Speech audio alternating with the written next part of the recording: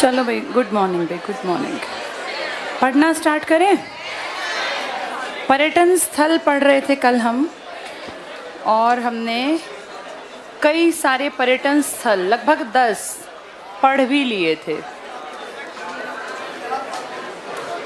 आज इसी सीरीज को आगे बढ़ाएंगे।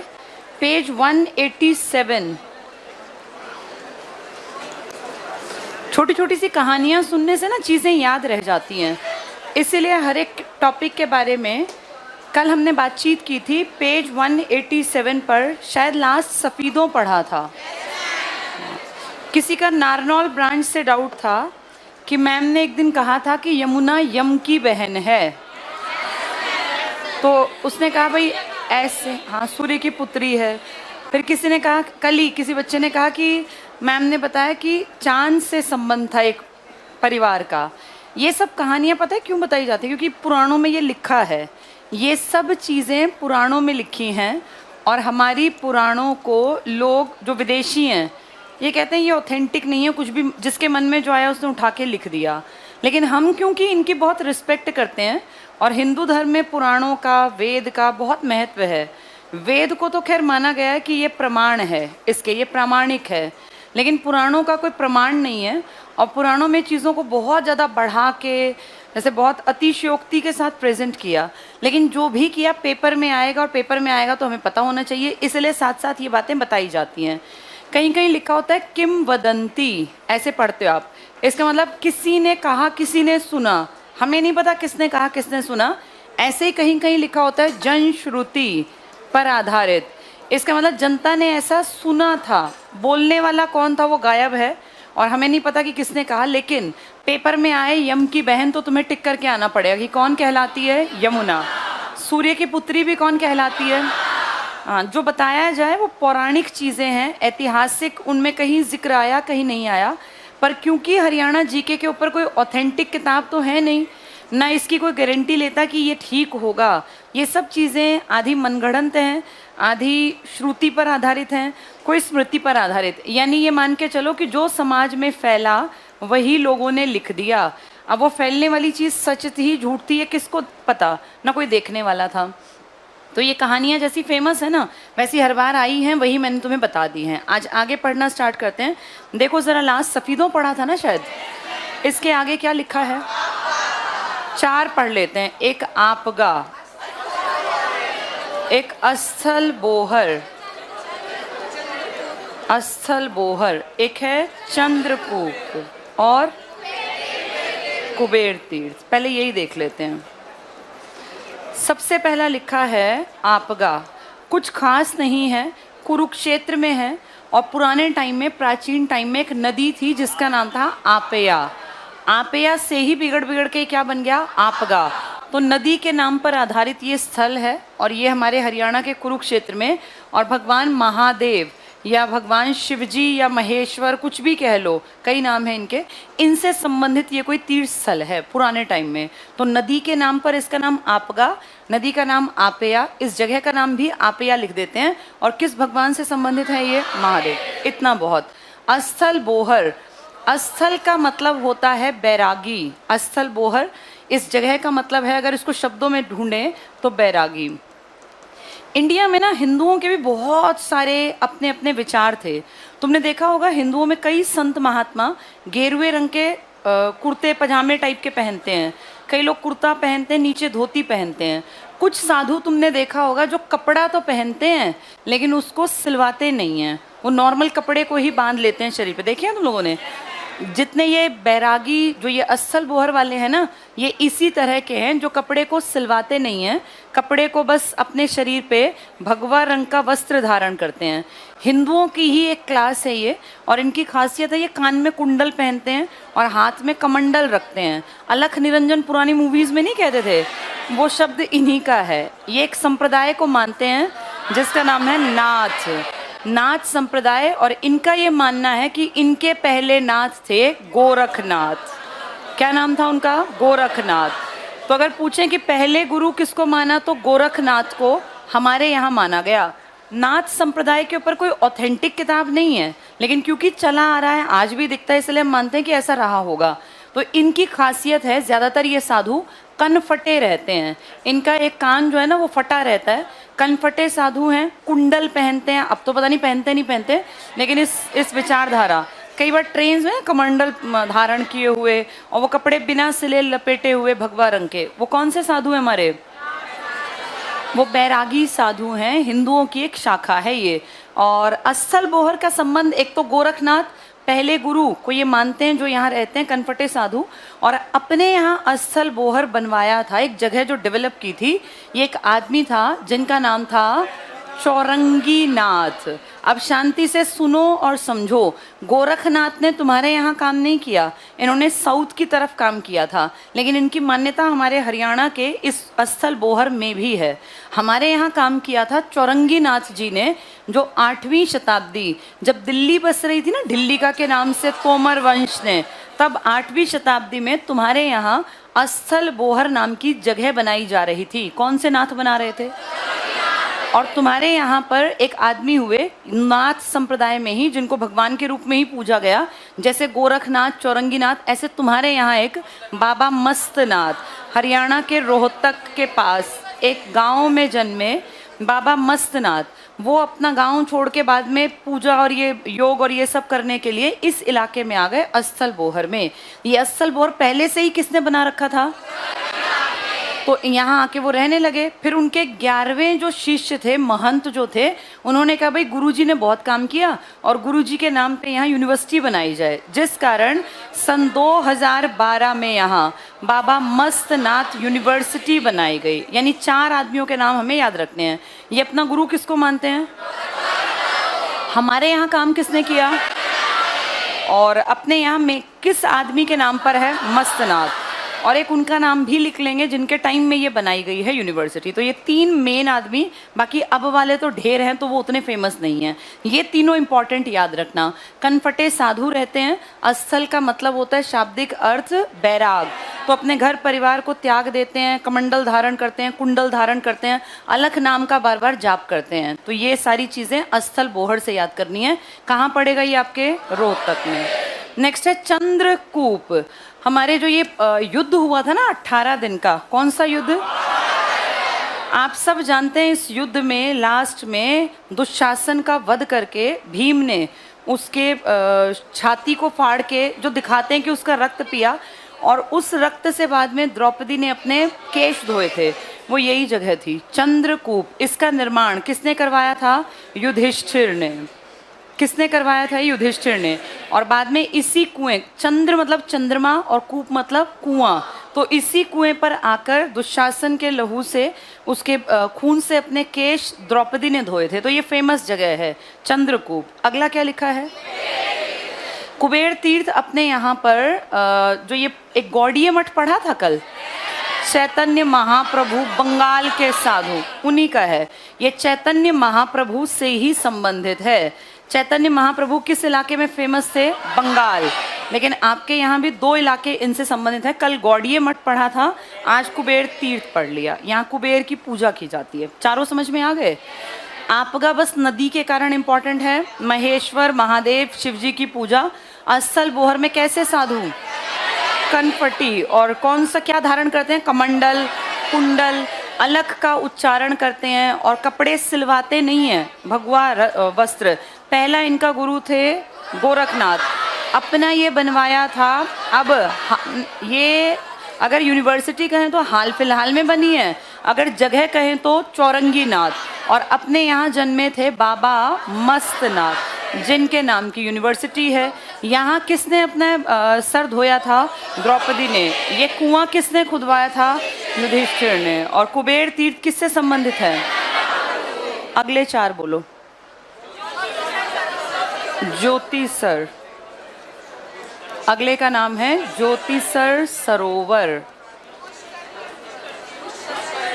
पुष्कर तीर्थ, नरकातारी। ठीक है। अगला बाणगंगा। बाणगंगा। चलो अब शांति से इसको भी सुन लो, फिर पढ़ेंगे। पहला क्या लिखा है? ज्योति का मतलब है लाइट। लाइट से भरा हुआ सरोवर। इसका नाम ज्योतिसर इसीलिए है क्योंकि भगवान श्री कृष्ण ने यहीं पर क्या दिया था, गीता का उपदेश। जब कृष्ण कह रहे थे कि मैं अपने ही घर पे वालों पर, अपने पूर्वजों पर, अपने भाई दादा परदादा जिनके गोद में खेला हूँ, पला बढ़ा हूँ, जिन्होंने बोलना चलना सिखाया, मैं इनके साथ लड़ूंगा कैसे। तब भगवान कृष्ण ने अपना वो एक बहुत बड़ा विराट रूप दिखाया जो सबको नहीं दिखा था, वो सिर्फ यहाँ कृष्ण को दिखा था। कहते हैं ना अर्जुन को सारे में कहते हैं ऐसा प्रकाश हुआ कि सबकी आंखें चुंधिया गई, किसी को दिखाई नहीं। और यहाँ पर इस पेड़ के पास ये कहते हैं आज भी ये पेड़ तब का ही आज तक चल रहा है और इस पेड़ को कहा जाता है अक्षय, यानी जो क्षय ना हो, जो खत्म ना हो, तो अक्षय वट वृक्ष इसका नाम है। तुम जानते हो वट वैसे ही इंडिया का नेशनल ट्री है ना, बैनियन ट्री। इसके नाम के आगे अक्षय इसलिए लगाया कि इसका क्षय नहीं हुआ। कितनी शताब्दियां बीत गई, ये पेड़ ऐसा का ऐसा खड़ा है और इसके पास वो सरोवर है जिसका नाम क्या है। इसकी खासियत यह है कि इसका सिर्फ चबूतरा पक्का कर रखा है। कल हमने एक पढ़ा था पूरा पक्का, जहाँ पे वो दीप दान करते हैं और जहाँ से ब्रह्मा जी ने सृष्टि का निर्माण स्टार्ट किया। आज हम पढ़ रहे हैं वहाँ जहाँ भगवान कृष्ण ने अर्जुन को गीता का उपदेश दिया। तो गीता का सार जिस सरोवर के पास दिया गया वो कौन सा सरोवर है, ज्योतिसर। इसका महज क्या पक्का करवाया, वो पेड़ आज तक है अक्षयवट। अगला क्या लिखा है, अभी कुछ दिन पहले ब्राह्मण लोग जिसको अपना कुलगुरु मानते हैं उनका, हाँ, परशुराम जी की जयंती थी। परशुराम ऋषि परशुराम थे ना, इनके पिताजी थे जिनका नाम था जमदाग्नि। जमदाग्नि या जमदग्नि भी लिख देते हैं। इन्होंने हमारे हरियाणा में तपस्या की थी और कहाँ, इस पुष्कर तीर्थ जहाँ है ना, यहीं पे गांव में उस टाइम पे जो खाली पड़ी जगह थी यहाँ ये बैठ गए थे जींद के पास और यहाँ इन्होंने तपस्या की। तो भगवान परशुराम जो ब्राह्मणों के कुल देवता माने जाते हैं, इनके पिताजी जमदाग्नि, इन्होंने तपस्या जहाँ की वहाँ क्या तीर्थ बन गया, ये गांव है पकौरी खेड़ा। कहीं कहीं पंकौरी खेड़ा लिखा है, कहीं पोखरी खेड़ा लिखा है। ये गांव के नाम समय के साथ साथ बदलते चले जाते हैं। तो पोखरी खेड़ा मिल जाए, पोखरी खेड़ा मिल जाए, पुष्कर तीर्थ आ जाए। ये कहाँ की बात हो रही है, जींद की। किसके पिताजी से संबंध है ये, परशुराम को कौन से धर्म के लोग अपना मानते हैं कि भाई हमारे कुल गुरु हैं। तो ब्राह्मणों के कुल गुरु परशुराम के पिताजी जमदाग्नि ने जहाँ तपस्या की, पोखरी खेड़ी या पोखरी खेड़ा गांव, वहाँ आज क्या डेवलप कर दिया, पुष्कर तीर्थ। और कहाँ पड़ेगा ये, वैसे पुष्कर पूरा देश राजस्थान में पड़ता है, पुष्कर का मेला, लेकिन हमारा पुष्कर अपने जींद में है। अगला क्या लिखा है, नरकातारी। ये एक ऐसी जगह है जहाँ से 18 दिन वाला युद्ध स्टार्ट हुआ और यहीं ख़त्म हुआ। नरकातारी में कहते हैं युद्ध की शुरुआत और समापन, तो स्टार्टिंग पॉइंट भी यही था और एंड भी यही, क्योंकि ये ख़त्म हुआ था जिस दिन भीष्म पितामह ने अपने प्राण त्याग दिए। भीष्म पितामह बहुत ज़्यादा समझदार आदमी थे, लेकिन ये उनकी गलती थी कि वो गलत के साथ खड़े हुए। चाहे उन्होंने उसको धर्म माना, लेकिन था तो गलत ही। और इसीलिए श्री कृष्ण ने कहा था अर्जुन को कि जब अपने भी गलती पर उतर आएँ तो आपको फिर थोड़ा सा निर्दयी बनना पड़ता है, कि चाहे आपके दादा परदादा हों, अगर वो गलत कर रहे हैं तो फिर आपको निर्दयी बनना पड़ेगा, धर्म के साथ चलना पड़ेगा। भीष्म पितामह ने बहुत बढ़िया काम किया था।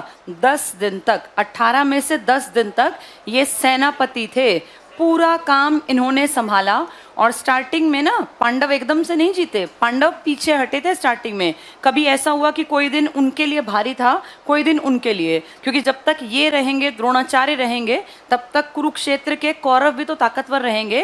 भाई इनके कुल गुरु, इनके टीचर, इनका दादा परदादा जब साथ दे रहे हैं तो कमज़ोर नहीं थे। 10 दिन बाद 9वें दिन कहते हैं जब युद्ध थोड़ा सा पांडवों की तरफ से हल्का पड़ने लग गया, तब श्री कृष्ण ने कहा था अर्जुन को कि भीष्म पितामह जब तक रहेंगे तब तक युद्ध हम जीत नहीं पाएंगे। तो उसने कहा क्या करें फिर, तो कहा कि जाके जब युद्ध बंद हो ना, भीष्म पितामह से ही पूछो कि आपको कैसे मारा जाए, क्योंकि वैसे तो मार नहीं सकते। फिर 9वें दिन का एंड जब हुआ, शंखनाद हुआ, खत्म हो गया सारा युद्ध।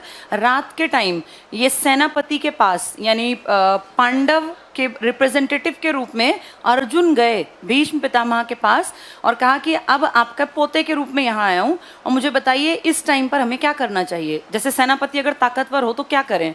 फिर उन्होंने कहा था कि मेरा वध, मुझे तो भाई वरदान मिला है, मुझे कोई मार तो सकता नहीं, आजीवन जब तक जिंदा रहना चाहूँ रह सकता हूँ। तब फिर वो किस्सा आया था कि कोई इस तरह का व्यक्ति जो न नर हो न नारी हो, वो वाली पुरानी कहानी। फिर वहाँ से वो अंबालिका का चैप्टर जो वो उठा के ले गए थे 3 कन्याओं को, तो उस टाइम पर हाँ फिर इनके सामने अगले दिन 10वें दिन श्री कृष्ण के कहने पर अर्जुन ने उनको खड़ा कर दिया और फिर जैसे वो तीर ना चलाएं, क्योंकि नर और नारी नहीं थे, तीर ना चलाएं। उस दौर में फिर भीष्म पितामह पर किसने बारिश की तीरों की? अर्जुन ने। और वहाँ भीष्म पितामह फिर एक बाणों की शैया पर लेट गए। पर प्राण त्यागना तो अपने हाथ की बात थी, इनका ये था कि मैं देख के जाऊंगा मेरे कुल का हुआ क्या, ऐसे मरना मुझे ठीक नहीं लग रहा। और 10 दिन के बाद जब सेनापति हट गया तो एक क्वेश्चन मार्क था, अगला सेनापति कौन?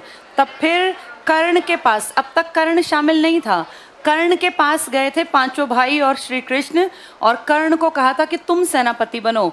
तो कर्ण ने कहा मेरा सेनापति बनने में मुझे दिक्कत नहीं है, पर अभी वो गुरु बैठे हैं जिनसे तुम सबने शिक्षा ली, तो पहला हक उनका है। इसीलिए भीष्म पितामह के बाद बनाना तो किसको था? लेकिन कुछ दिन, 10वें दिन तो ये थे, इसके बाद 9 दिन तक थे ये, 10वें दिन ये खत्म हो गए थे, खत्म इन द सेंस वहां से हट गए। कर्ण के कहने पर किसको बना दिया गया था? इनके गुरु थे द्रोणाचार्य। आप सब जानते हैं द्रोणाचार्य का बेटा था जिसका नाम क्या था? अश्वत्थामा। फिर वो कैसे एक चक्रव्यूह सा रचा कि अश्वत्थामा हाथी को मार दिया और कह दिया अश्वत्थामा मर गया, अश्वत्थामा मर गया। ये भी कृष्ण की ही प्लानिंग थी। फिर जैसे इन्होंने सुना कि मेरा इकलौता लड़का मर गया, ये एकदम से दुखी हुए और अस्त्र शस्त्र छोड़ दिए और फिर एकदम से इनका वध कर दिया।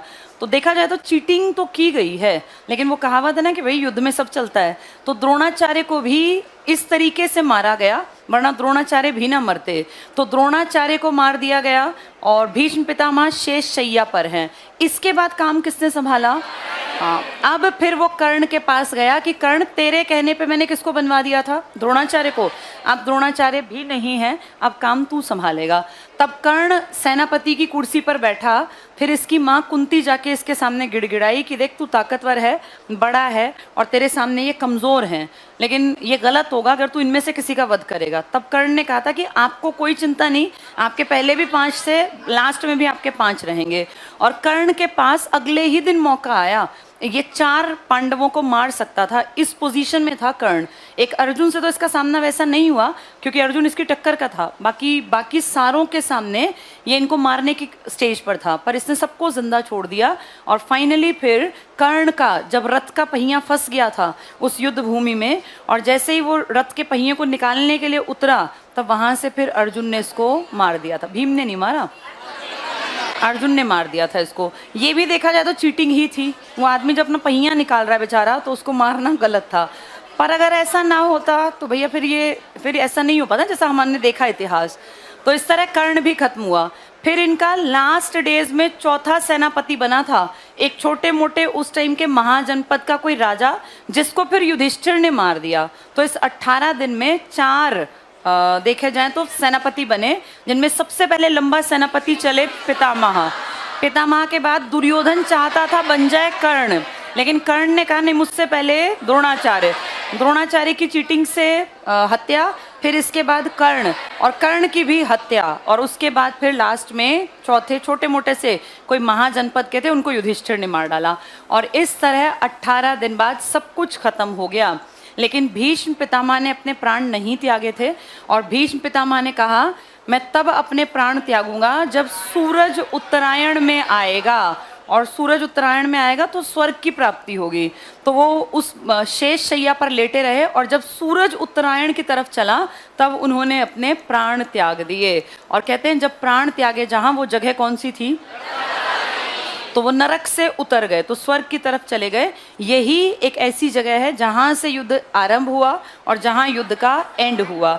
इसके बिल्कुल पास ही बाणगंगा होगा, क्योंकि यहीं पे जब ये शेष शैया पर थे और इनको प्यास लगी, तब अर्जुन ने तीर मार के, बाण मार के गंगा की धार वहाँ से आ गई। अब अगर देखा जाए तो गंगा तो यहाँ बहती ही नहीं थी, यहाँ तो भैया तो घग्गर बहती थी या सरस्वती या, लेकिन कह रहे हैं तो मानना पड़ेगा कि गंगा भी यहीं बहती होगी, और इसलिए बाण गंगा नाम की जगह भी यहीं पर थी। आ गए समझ में सारे? आठों जल्दी से पढ़ेंगे। पहले पेज 187 पर आपगा, आपया या आपगा एक ही चीज है, कुरुक्षेत्र में है, अंडरलाइन कर लो। आपगा नदी के तट पर महेश्वर की पूजा, शिवजी की बहुत ज्यादा पूजा करते हैं हरियाणा में। नेक्स्ट है अस्थल बोहर, रोहतक में है। यहाँ दर्शनी या कनफटे साधु रहते हैं जो नाथ संप्रदाय से संबंधित है, गोरखनाथ को अपना प्रथम गुरु मानते हैं। यहाँ लिख लो, अस्थल का अर्थ है बैरागी, जो सब कुछ छोड़ दे, त्याग दे। अब पूछ लें अस्थल का अर्थ क्या है? बैरागी। ठीक है। इनकी खासियत, कैसे वस्त्र पहनते हैं? बिना, भगवा तो दुनिया पहनती है, बिना सिले, और कमंडल धारण करते हैं, कुंडल पहनते हैं। शॉर्ट में लिख लो ये बातें, बिना सिले वस्त्र, भगवा तो पहनते ही हैं हिंदू धर्म में, बिना सिले वस्त्र धारण, कमंडल, कुंडल, अलख।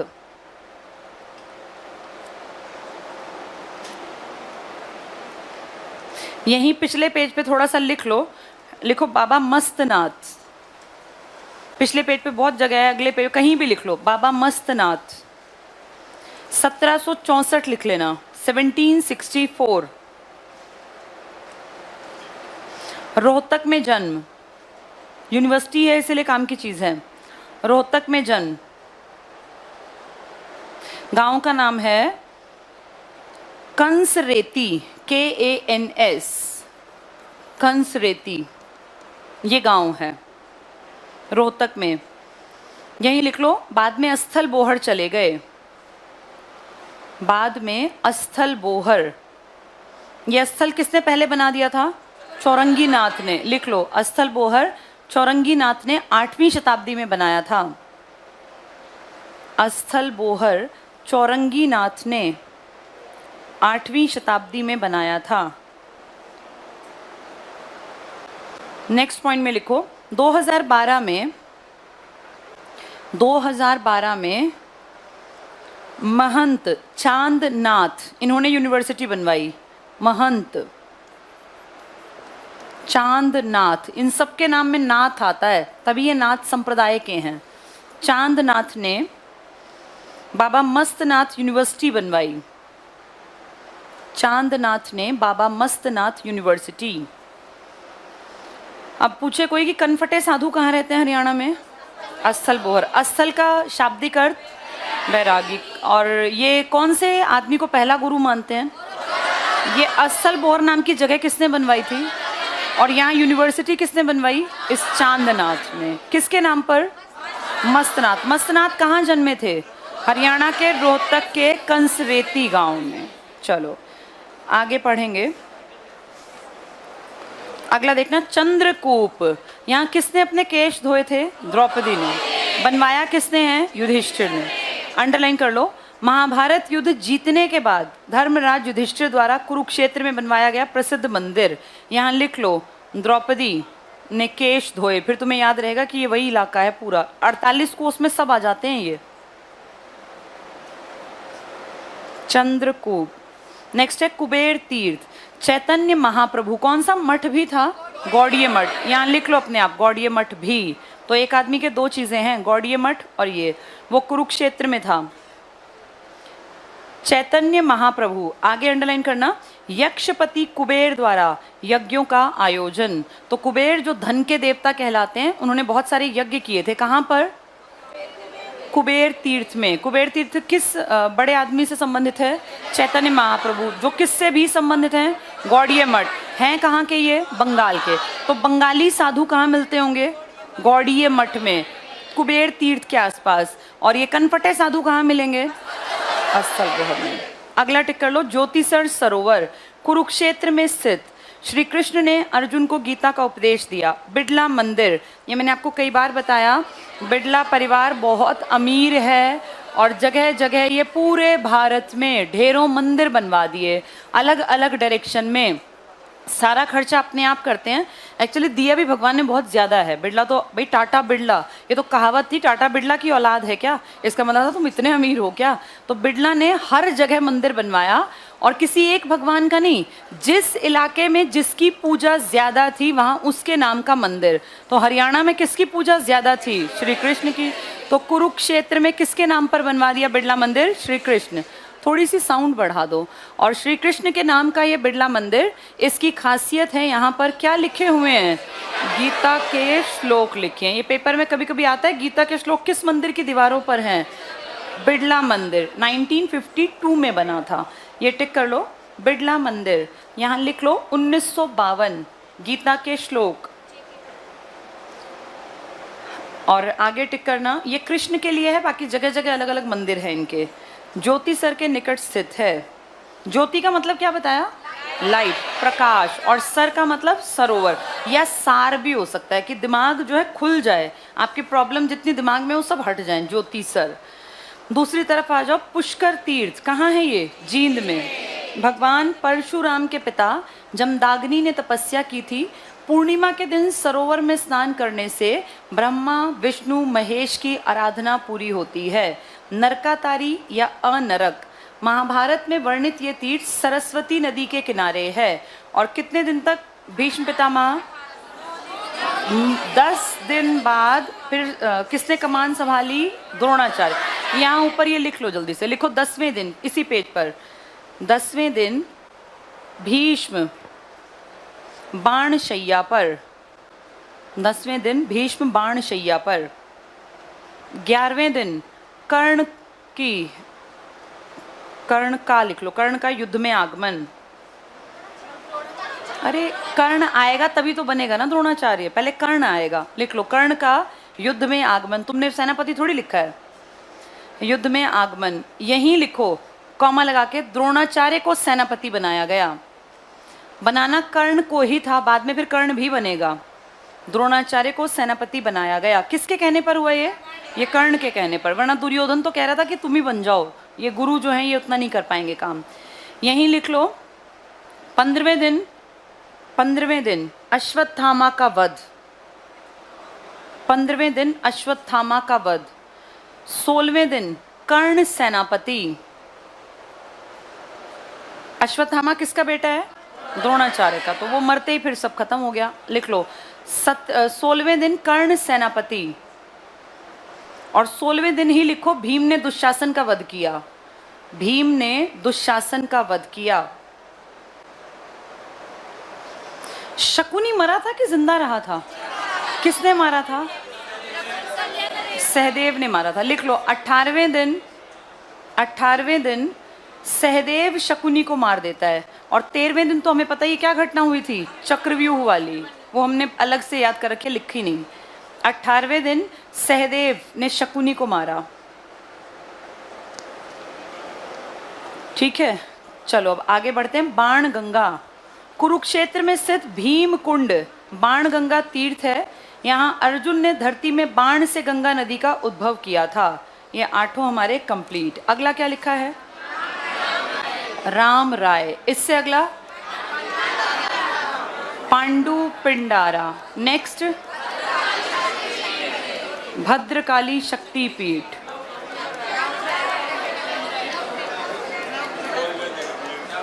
नवग्रह कुंड। इनके बारे में थोड़ा थोड़ा सा सुन लो, फिर ये लाइफ लॉन्ग तक याद रहेंगे जब तक कभी जिक्र आएगा। राम राय, भगवान राम कहते हैं इस इलाके में, ये हमारा इलाका है ना, यहाँ पांडव कौरव, भगवान राम, रावण भी घूमा है यहाँ पूरे में। कई बार तो रावण कुरुक्षेत्र में भी आया है। तो रावण को भी सोचो, श्रीलंका से उड़ उड़ के यहाँ तक पहुँचा, यहीं तपस्या की कई सरोवर में।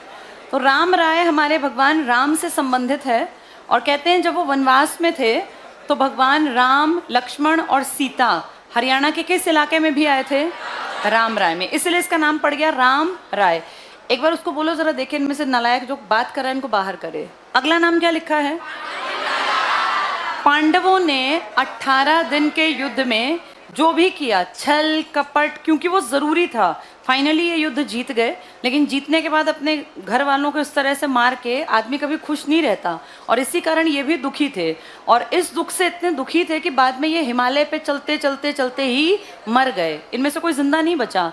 तो ये 18 दिन बाद अपने पूर्वजों का पिंड दान करने कि भाई हमारे पूर्वजों की आत्मा को शांति मिले, ये पितरों के रूप में शांत रहें आत्मा बन के, तो ये पांडु पिंडारा पे इन्होंने पिंड दान करने के लिए कोई खास दिन ढूंढा। तो किसी ने बताया कि सोमवती अमावस्या सबसे शुभ दिन है। अब सोमवती अमावस्या आई 12 साल बाद, तो कहते हैं ये 12 साल तक तपस्या करते रहे थे हरियाणा के जींद के किस इलाके में, इसलिए इसको कहते हैं हरियाणा का हरिद्वार, क्योंकि यहाँ भी आज भी लोग अपने पितरों का दान करने के लिए कहाँ जाते हैं, हरिद्वार। तो हरियाणा का हरिद्वार क्या बन गया, पांडु पिंडारा। अपने पूर्वजों की आत्मा की शांति के लिए उन्होंने पांडु पिंडारा पे सोमवती अमावस्या का वेट किया, फिर यहाँ यज्ञ किए थे। अगला नाम क्या लिखा है, भद्रकाली कौन है, सती। पार्वती के कई रूप हैं, मनसा देवी भी पार्वती है, ज्वाला माँ ज्वाला भी पार्वती है, कामाख्या देवी भी पार्वती, पार्वती के बहुत सारे रूप हैं। पार्वती के पिता थे जिनका नाम था राजा दक्ष, दक्ष की पुत्री थी ये। अलग अलग टाइम पर अलग अलग रूपों में ये आए थे भगवान। तो कभी दक्ष की बेटी के रूप में भद्रकाली का जन्म हुआ, और भद्रकाली ने जब शिवजी से विवाह किया तो ये बात ये दक्ष को अच्छी नहीं लगी। तो दक्ष अपनी बेटी की इस बात से नाखुश थे, और कहते हैं एक बार उन्होंने बहुत बड़ा यज्ञ करवाया, और उस यज्ञ में सारे देवी देवता सब बुलाए, बस अपनी बेटी भद्रकाली और शिवजी, या सती कह लो, सती और शिवजी ये नहीं बुलाए। तो इस बात से अब शिवजी तो कहीं बाहर यात्राओं पर थे, ये बात बुरी लगी भद्रकाली को, और अपने पिता से वो अपने हक की बात करने जब उनके घर गई तो वहाँ पूरा अनुष्ठान बड़ा, हजारों लोग देवी देवता। तो इसके पिता ने इसकी तरफ ध्यान ही नहीं दिया। ये जाके पिताजी के पास खड़ी हो उनसे बात करे, वो देखे ही ना। तो वो किसी के साथ बात करते करते शिवजी की बुराई करने लग गए। ये बात इन्हें बुरी लगी, और कहते हैं वहाँ सबके बीचों बीच जो बहुत बड़ा हवन कुंड था, ये जाके उसमें समा गई। जब ये उसमें कूद गई तो इतना ज़्यादा बड़ा हवन कुंड, तुरंत से शरीर जल गया, और शरीर जल के वो कोयला बन गया, मतलब राख नहीं बना, ऐसा बन गया कि वो सॉलिड उसमें था। तो जब वो आए भगवान शिवजी, तो शिवजी को पता चला कि वो तो कुंड में उनकी पत्नी जो है वो सती हो गई। उन्होंने उसके शरीर को निकाला, और गुस्से में आके उन्होंने, जैसे गुस्सा धीरे धीरे शिवजी का बढ़ता था, शिवजी का गुस्सा एकदम नहीं होता था, वो बढ़ते बढ़ते बढ़ते फिर त्रिनेत्र, तीसरा नेत्र खुलता। तो वो सती के शरीर को जले हुए को लेके, और कहते हैं ब्रह्मांड के ऐसे चक्कर काटने लग गए। इस बात से सारे देवता चिंतित हो गए कि ये तो बहुत गलत कर दिया, और किसी एक का इसमें गलती भी नहीं, देखें तो सती की गलती है, किसको कहेंगे भाई इसने किया।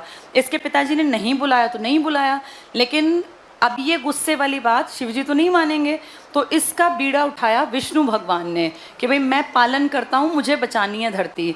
तो विष्णु भगवान शिवजी के पीछे पीछे अपना सुदर्शन चक्र लेके चले अदृश्य रूप में, और जो डेड बॉडी इनके हाथ में थी ना, इसको सुदर्शन चक्र से टुकड़ों में ऐसे काटते रहे, पता नहीं चला शिवजी को। और ऐसे करते करते करते शरीर के कितने टुकड़े कर दिए, कहीं कहते हैं 51, कहीं कहते हैं 52, जितने भी हुए 52। कुछ लोग मानते हैं कि शक्तिपीठ है तो 52 टुकड़े हुए थे, कोई कहता है नहीं 51 शक्तिपीठ हैं। अब 51 या 52 में से कोई एक है, दोनों लिखी हैं अलग अलग जगह। तो जब ये पूरे ब्रह्मांड का चक्कर काट रहे तो ये असम भी गए, ये मद्रास चेन्नई भी गए, कलकत्ता भी गए, हरियाणा में भी थे। उसी दौर में हरियाणा में जब ये शरीर को लिए घूम रहे थे तो वो उनके सुदर्शन चक्र से घुटने से नीचे का पैर गिरा था, तो घुटने से नीचे का पैर टखना। और इस तरह से हमारे यहाँ पर भद्रकाली के लिए हमने एक टेम्पल बना दिया, जिसको क्या नाम दिया, भद्रकाली शक्तिपीठ। जहाँ जहाँ शरीर के टुकड़े गिरते गए, असम का कामाख्या मंदिर इन्हीं का है, माँ ज्वाला का मंदिर इन्हीं का है, मनसा देवी का मंदिर इन्हीं का। जितने नाम सुने हैं ना तुमने सती के अलग अलग रूपों में, वो सारी शक्तिपीठ इनके शरीर के अलग अलग अंग हैं। तो ये आपके यहाँ इकलौती शक्तिपीठ है हरियाणा की, किसके नाम पर, भद्रकाली। अगला क्या लिखा है, जब 18 दिन बाद ये भाई दुखी थे जीतने के बाद भी, तो इन्होंने कहा भाई हमारे इतने सैनिक मरे, जिनके कोई परिवार थे सब उजड़ गया, सब तहस नहस, पूरा खानदान खत्म हो गया। तो भगवान कृष्ण को युधिष्ठिर ने कहा कि मेरा मन दुखी है, और मुझे ऐसा लग रहा है कि मैंने बहुत लोगों को जो हमारी सेना में थे इतने लोग, ये मर गए, इनकी आत्मा को शांति कैसे मिलेगी? भाई इनके पीछे को रोने वाला भी नहीं बचा। तब भगवान कृष्ण ने युधिष्ठिर को कहा था कि इनकी आत्मा की शांति भी तेरी जिम्मेदारी है, क्योंकि तेरे लिए लड़ते हुए ये मर गए। और इसीलिए उन्होंने युधिष्ठिर को कहा था कि 9 ग्रह, 9 ऐसे कुंड तुम लोग भाई मिलके सारे खोद दो, इनमें पानी, इतना जमीन खोदो कि पानी निकल आए, और फिर यहाँ इनके लिए अनुष्ठान किया गया। तो अपने सैनिकों की आत्मा की शांति के लिए भगवान कृष्ण ने इन 5 भाइयों से क्या बनवाए थे? कहाँ हैं ये?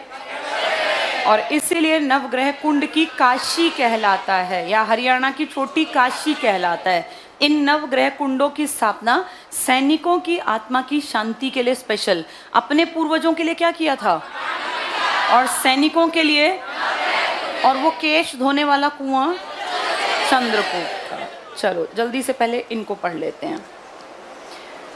नरकातारी राम राय से पढ़ना है ना हमें। पहला टिक कर लो, ये तीर्थस्थल जींद में स्थित है। मान्यता है भगवान राम वनवास के समय सीता और लक्ष्मण के साथ यहाँ आए थे, तो नाम से ही दिख रहा है राम राय। पांडु पिंडारा जींद स्थित है, पढ़ लो बस। ऐसी मान्यता है, मान्यता की कोई गारंटी नहीं होती, हम मानते हैं ऐसा। मान्यता है कि यहाँ पांडवों को 12 वर्षों तक सोमवती अमावस्या की प्रतीक्षा करनी पड़ी थी। महाभारत युद्ध के बाद पांडवों ने अपने पूर्वजों का पिंडदान यहाँ किया था। ये हरियाणा का हरिद्वार भी कहलाता है। 12 साल तपस्या, हरियाणा का हरिद्वार। भद्रकाली शक्तिपीठ। अब जैसे तुम जानते हो एक हमारा तीर्थ स्थल है जहाँ घड़ी चढ़ाते हैं, कहाँ? 9 गज लंबा आदमी, 9 गज का पेड़। ऐसे ही एक जगह है ना घोड़े की, हाँ, कहाँ चढ़ाते हैं घोड़े की? छोटी छोटी आकृतियों के घोड़े इस भद्रकाली शक्तिपीठ पर। किसी की मान्यता पूरी हो जाए तो सोने के घोड़े, सोने तो कौन चढ़ाता होगा, चांदी के और मिट्टी के, तो यहाँ मिट्टी के घोड़े चढ़ाए जाते हैं। एग्जाम में आ जाए हरियाणा के किस तीर्थ स्थल पर मान्यता अनुसार घोड़े चढ़ाने का प्रचलन है, तो भद्रकाली पर। पढ़ के देखो पहले। ये शक्तिपीठ कुरुक्षेत्र में है। ये 51 शक्तिपीठ, ऑब्लिक में 52 भी लिख लो क्योंकि बहुत सारी साइट्स पर 52 है। 52 शक्तिपीठों में से एक है। यहीं सती का टखना गिरा था। इसके नाम लिख लो पहले। देवी पीठ, पीठ अपनी बस यही है एक, देवी पीठ, कलिका पीठ, ये सब पार्वती के नाम हैं। देवी पीठ, कलिका पीठ, सावित्री पीठ, आदि पीठ, आदि पीठ, ठीक है, यही लिख लो। सोने चांदी और मिट्टी के घोड़े चढ़ाते हैं। जैसे घड़ियां थी ऐसे घोड़े पूछ लेंगे, और पेपर में आ चुका घड़ियों वाला क्वेश्चन। सोने चांदी और मिट्टी के घोड़े चढ़ाए जाते हैं किस पर? भद्रकाली शक्तिपीठ पर। भद्रकाली शक्तिपीठ, ठीक है। नेक्स्ट पे आ जाओ। नेक्स्ट देखना, नवग्रह कुंड किसकी आत्मा की शांति के लिए? सैनिकों के लिए। तो देखो दूसरों के लिए भी सोचते थे ये, टिक कर लो। कैथल में भगवान श्री कृष्ण ने महाराज युधिष्ठिर से कहकर से नवग्रह कुंडों का निर्माण कराकर नवग्रह यज्ञ कराया। इन कुंडों के कारण कैथल को छोटी काशी, यहाँ लिख लो, सैनिकों की आत्मा की शांति के लिए। सैनिकों की आत्मा की शांति के लिए।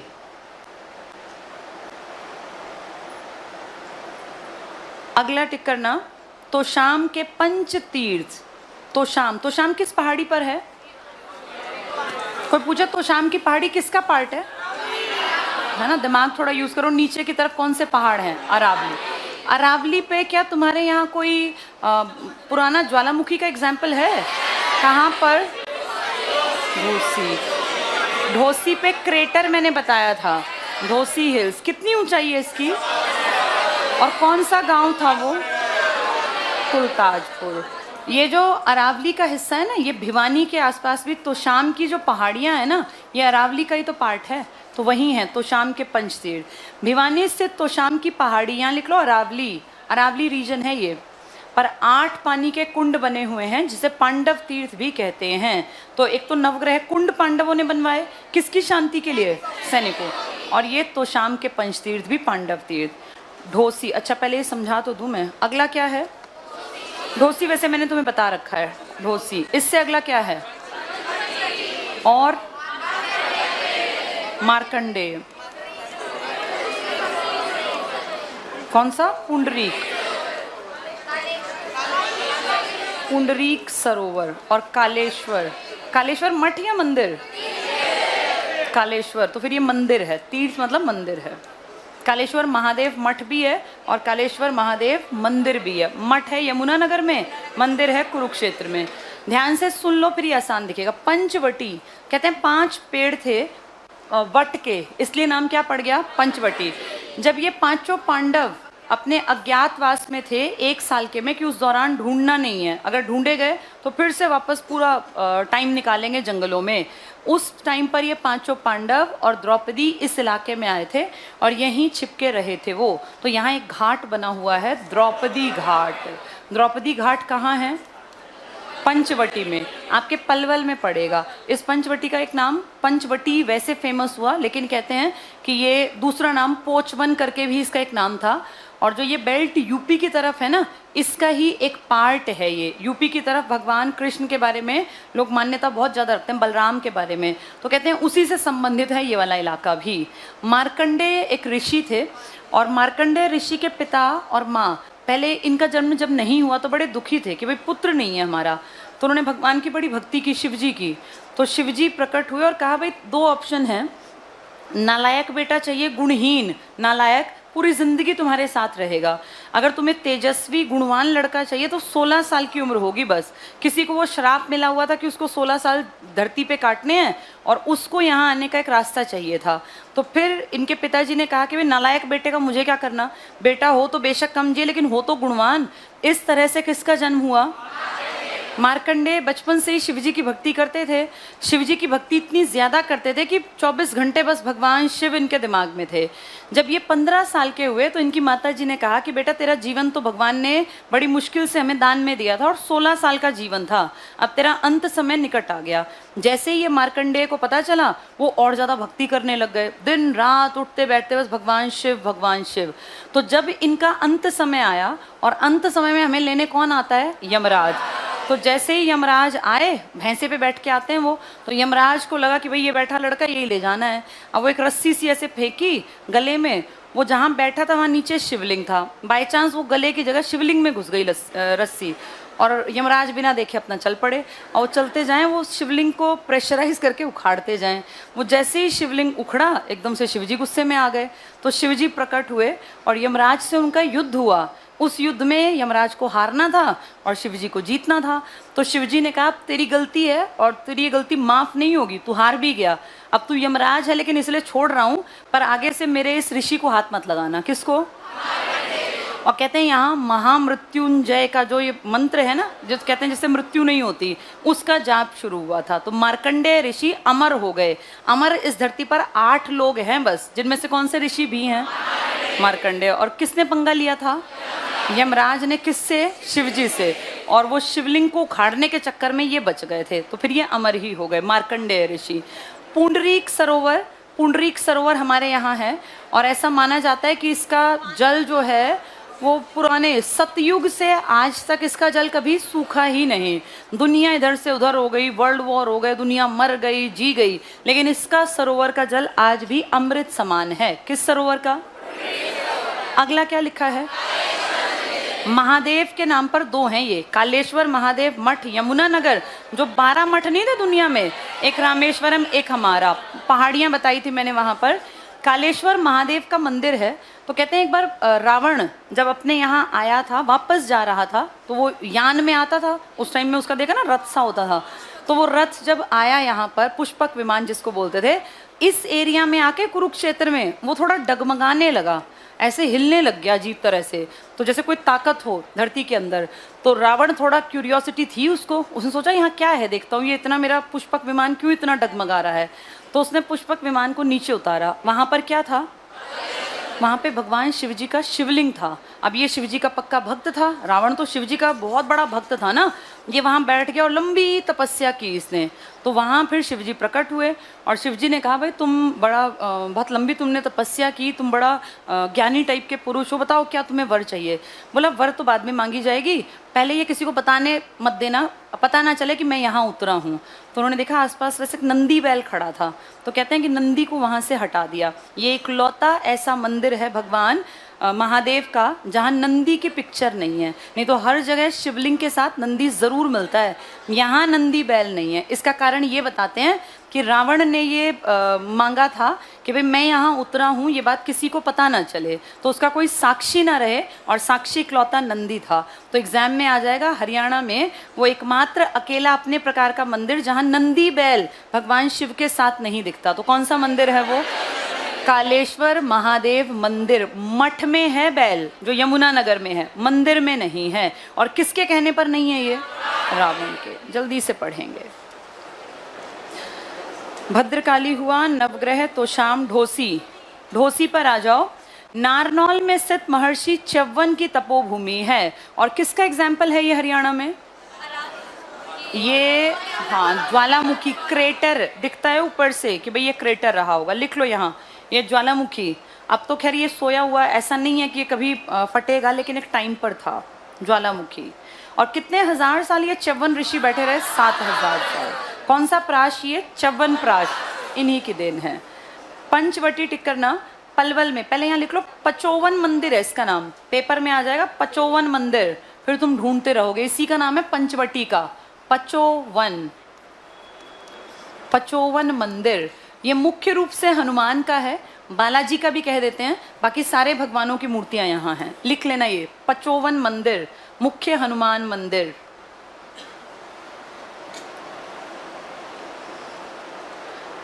चलो आगे पढ़ेंगे। तो पलवल में पांडवों के समय का निर्मित है। अज्ञातवास के समय पांडवों ने यहाँ पर विश्राम किया था। कौन सा घाट है यहाँ? लिख लो, द्रौपदी घाट। पचोवन मंदिर, द्रौपदी घाट, हनुमान मंदिर। मार्कंडेय पे आ जाओ। ये तीर्थ स्थल कुरुक्षेत्र में सरस्वती नदी के तट पर स्थित है। यहाँ ऋषि मार्कंडेय का आश्रम है। किसकी भक्ति कर रहे थे मार्कंडेय?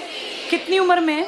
16। कौन सा वो जाप आज तक करते हैं लोग? महामृत्युंजय मंत्र का जाप, ये यहाँ से महामृत्युंजय मंत्र।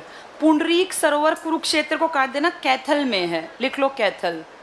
ऐसी मान्यता है कि सतयुग से लेकर आज तक इस सरोवर का जल कभी समाप्त ही नहीं हुआ। कौन सा सरोवर है तुम्हारे यहाँ? पुंडरीक सरोवर। कालेश्वर, कालेश्वर का पूरा नाम क्या लिखोगे? कालेश्वर महादेव मंदिर। कल देखो तुमने ऊपर से तीसरा मठ क्या पढ़ा था? पढ़ना, कालेश्वर महादेव मठ। मठ कहाँ है? यमुना नगर।